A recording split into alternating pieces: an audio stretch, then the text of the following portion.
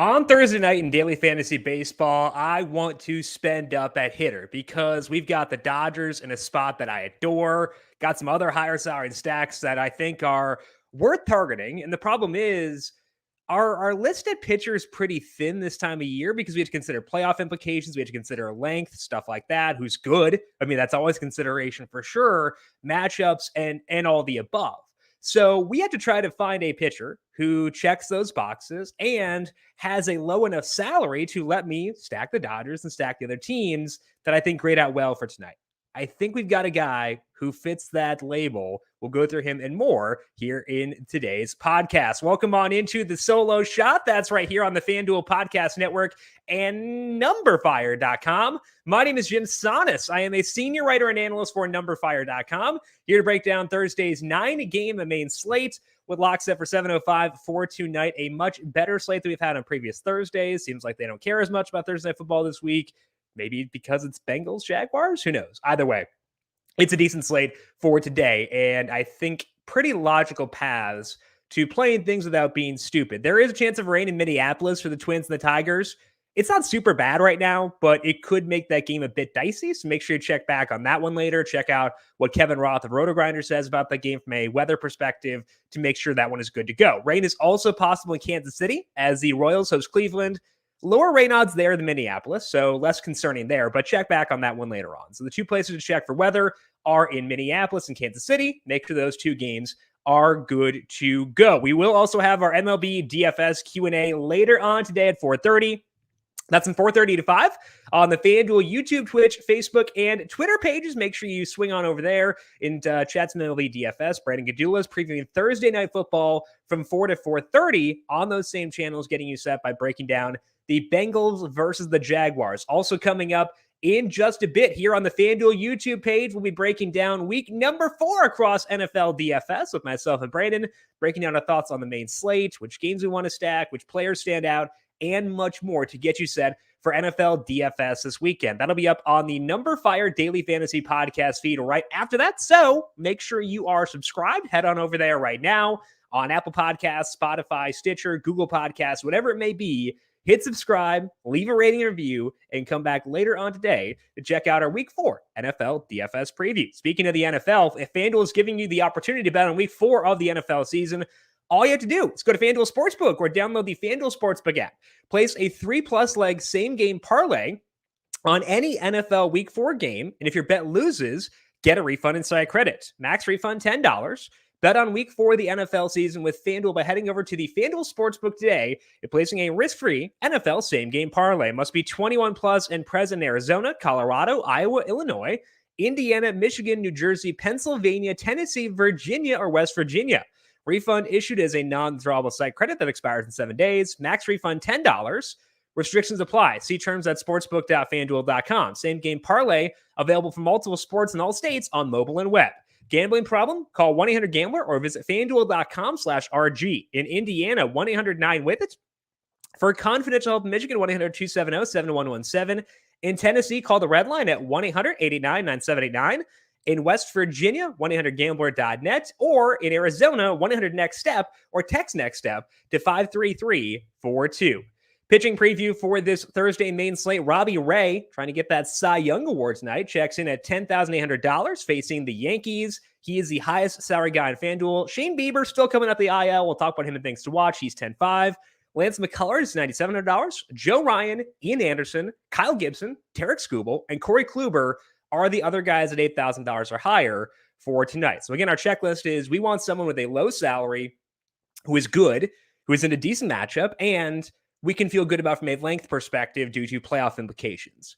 The guy who best checks those boxes is Ian Anderson. Anderson facing the Phillies. He gets a salary relief here at $8,800, and I need that for the stacks that I want, and he's good. That sets up well for tonight. Anderson was completely lost his first 2 starts off the IL, getting knocked around, walking a lot of guys, but then 3 starts ago, he refound his curveball. Started throwing that pitch 3 starts ago, and it has worked beautifully in that time. In those 3 starts, he has a 35% strikeout rate with a 2.96 skill interactive ERA. The hard hit rate has always been a plus for Anderson, was not initially in the stretch, but it is climbing back down now. And it's much better. It was much better his last time out than it had been previously. Now you look at the matchups here and you can say, I mean, he faced the Marlins, he faced the Diamondbacks, but he also faced the Giants, which is, I would say, about as tough as it gets for a righty. He got 7 strikeouts in that game, did let up some runs, but I still think that the strikeouts were encouraging. Plus, Anderson is stretched out. He has gone 99 to 97 pitches his past 2 starts. The motivation here is pretty much as high as it gets. The Braves still trying to lock up the NL East. The Phillies lurking, I guess, technically right there. So Anderson checks every box that I want this time of year. He is talented. He has high motivation. It's not the worst matchup in the world. I think that's enough where we should be super high on him for today. Might not be the safest route because, Anderson does have some issues, but I think that with the NL East on the line for tonight, I think that Anderson is a solid way to go and my favorite route for attacking this slate for tonight. The other route we can go is to find a low salaried stack and build around that and allow ourselves to spend up a pitcher. And I think that's fine because there is a lower salaried stack I do like, which we'll talk about in the stacking section. When you're doing that, I do think that there is a path to getting up to Robbie Ray. So I'll rank Robbie Ray second for tonight. Preferred route is Anderson, but I think this is a good alternate route here. Ray is facing the Yankees. Obviously, it's a big game for both teams here, trying to get that AL wildcard spot. And it's a tough spot for Ray because the Yankees have a 115 WRC plus against lefties. They're a very, very dangerous team. But Ray is also very, very dangerous. He's been back on his slider heavily for his past 12 starts. His skill interactive ERA in that time is 3.07. He has a 34% strikeout rate. His hard hit rate is manageable at 36%. He did have some walk issues last time out against the Twins. We hadn't seen those for most of this year. They kind of crop back up there, and the Yankees can draw walks. So there are definitely issues with this play. That's why Ray is not first. That's why I'm not prioritizing him over Anderson in this spot.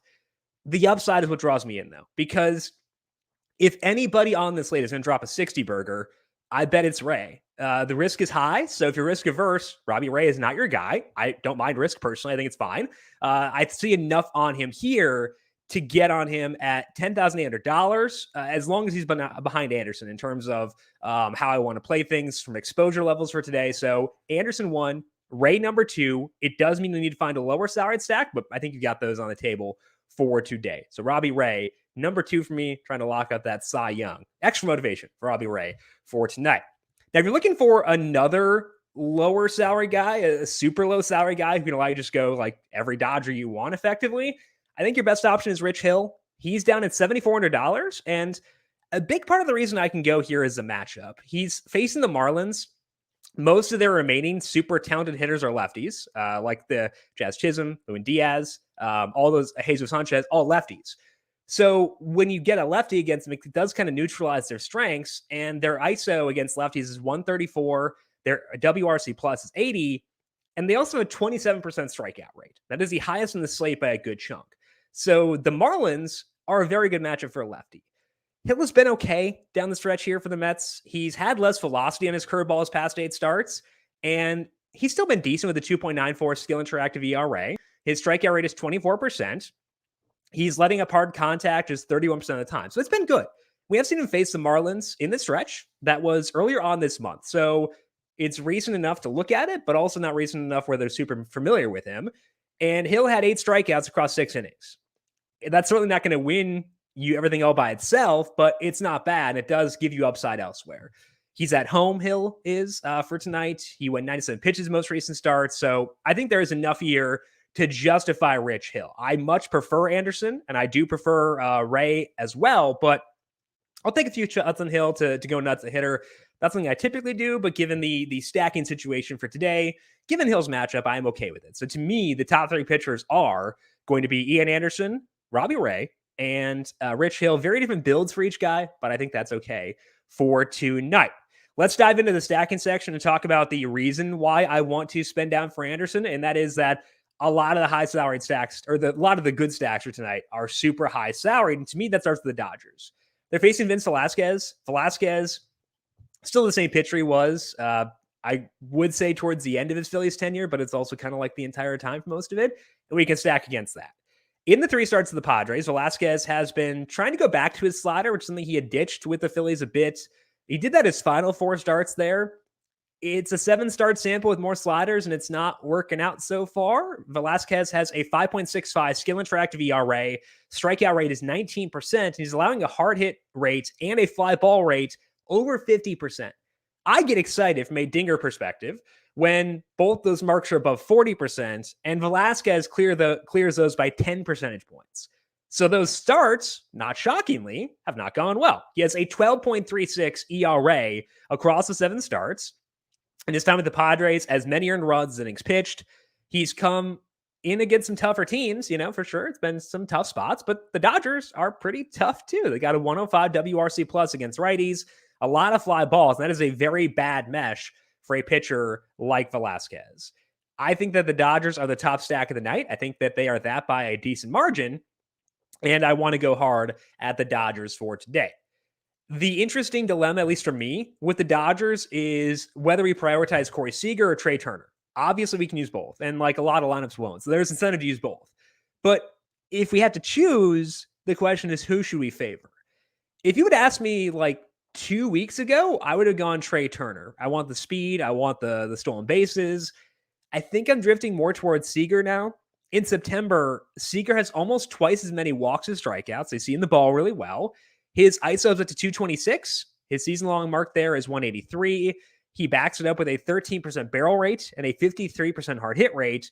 So I still love Trey Turner. And again, I'd like to get both because why not? But Seager holds the edge for me and is trending up in a big way. So upping my enthusiasm around Corey Seager and putting him a hair above Trey Turner in terms of prioritization for the Dodgers for today.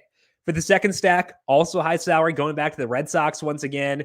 Hopefully you had Hunter Renfroe and JD Martinez in your Red Sox stacks last night. Otherwise, might not have gone super well, but we're back here once again regardless. They're facing Alexander Wells. His full season ERA is 7.61. It is a small sample, but the peripherals say that ERA is legitimate. We've seen Wells using more curveballs his past 6 outings. He has a 5.60 skill interactive ERA in that time. His strikeout rate is 12% with a 5% walk rate.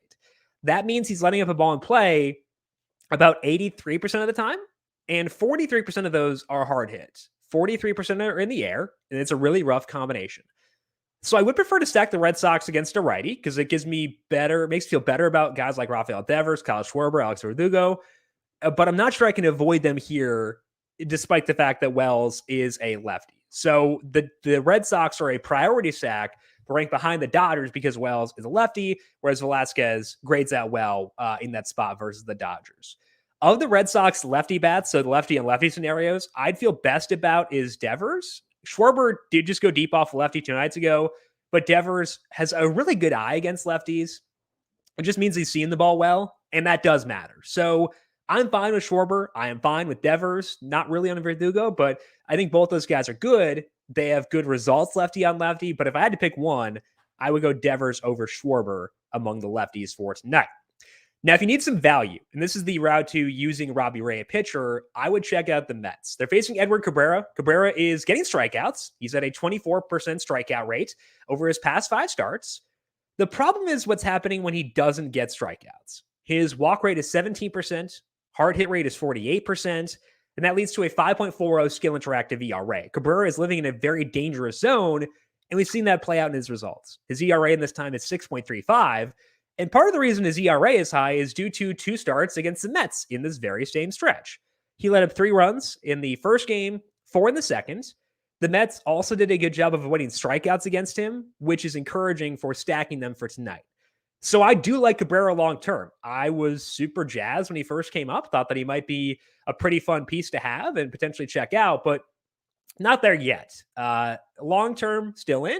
Short-term, I can stack against him. So I do think the Mets grade out well if we're looking for a value stack for tonight. The big value here is Michael Conforto. Conforto's had a bad year, but he's $2,300. In the second half, specifically against righties, his isolated slugging is 265. He had a dinger last night. So as a value play, I think Conforto's great. Jonathan VR, solid at $2,500. I am no longer as opposed to Jeff McNeil at $2,500 as I was previously. I would make jokes about how he was incapable of getting an extra base hit. no longer the case. So McNeil's fine, VR's fine, Conforto's fine. I think the Mets are a decent value stack for today if you want to use Robbie Ray while still getting to either the Dodgers or the Red Sox as your second stack. Let's go to things to watch and talk about pitch counts here, because there are a lot of guys with concerns that may not push them out of play for me, but definitely lower my enthusiasm. Terry Scubal's a big one. I'm not going to use him because he has not gone more than 50 pitches his past 4 starts. They're just letting him coast, which is fine. There's nothing to play for, so might as well. Joe Ryan will likely be mid to high 80s, and he's really good. At least he's looked good so far. So he can get you 40 points, and he did do that last week with 11 strikeouts in 5 innings, but I just like Anderson and Hill more as values once I consider pitch count there. So Joe Ryan, very good and very fun to watch. Just hard for me to get there in DFS. I'm not crossing him off, I will say that. But I think that makes it a lot tougher for me to get to him. Shane Bieber is the other guy to cross off here. He went 35 in his first start off the IL, likely around 50 or so for today. Nothing on the line there. So cross off Scooble and Bieber due to pitch count, and lower Ryan a decent amount as a result of a low pitch count for today. I am willing to stack Cleveland once again today. They're facing Angel Zerpa. He's coming up from AAA, but he had made just 1 start there. He spent most of the year down in AA, and he had good peripherals in AA, but his ERA was 5.96. He struggled in his 1 AAA start, so Cleveland is in play once again. We're going back to the righties here because Zerpa is a lefty. So Cleveland, another place to go for some value. Yu Chang, I think, would work once again. Some of the other guys, Harold Ramirez. So Mets and Cleveland, good value options for today. 2 other teams I consider in the high salary range are the Astros and the Giants. Astros facing Ryan Yarbrough. And Yarbrough does suppress hard contact, but he lets up a ton of balls in play, and that can occasionally get him in trouble. So I'm okay with them. The Giants are facing a Madison Bumgarner revenge game, and it's a similar story here, where he's letting up a lot of balls in play. He also lets up a lot of fly balls. So I think both the Astros and the Giants are worth a look at secondary stacks, but I rank them below the Dodgers for sure, and just like a half tier below the Red Sox for today. Let's finish up this Thursday with some dinger calls, going back to targeting Vince Velasquez, going with the Dodger. And when you're going with the Dodger against the righty, I'll go Max Muncy. I considered Will Smith here because Will Smith is the best hitter on the planet, but I did go with Muncy here as the boring home run call for today. Muncy's power is just too good. So we'll go with Max Muncy as the boring home run call. For the fun one, I want to, put my money where my mouth is. And let's go with Michael Conforto. I talked about his ISO versus righties in the second half. Hit a dinger last night. Good matchup here against Cabrera. So home run calls for today are going to Max Muncy and Michael Conforto. That is all that we have here on the Solo Shot. But as always, we are back once again at 4:30 for the MLB DFS Q&A. The NFL Thursday Night Football previews 4 to 4:30 at Brandon Gadula. I'll be on at 4:30 to break down MLB DFS. Same schedule for tomorrow. And also the Solo Shot tomorrow at 9, our final Solo Shot of the year. So that should be a whole lot of fun. Make sure you tune in then. Also, make sure you are subscribed to the numberFire Daily Fantasy Podcast feed to get our NFL Week 4 DFS preview podcast later on today. We'll post that there. Got UFC coming up, NASCAR coming up at Talladega. So a lot of good podcasts on your way on the numberFire Daily Fantasy Podcast feed. If you've got questions for me before 4 p.m., I am on Twitter at JimSannes, JimSannes. You can also follow the FanDuel Podcast Network at FanDuel Podcast. Big thank you to everyone for tuning in for today. Good luck to you tonight. We'll talk to you once again tomorrow for the final Solo Shot of the year. This has been the Solo Shot right here on the FanDuel Podcast Network.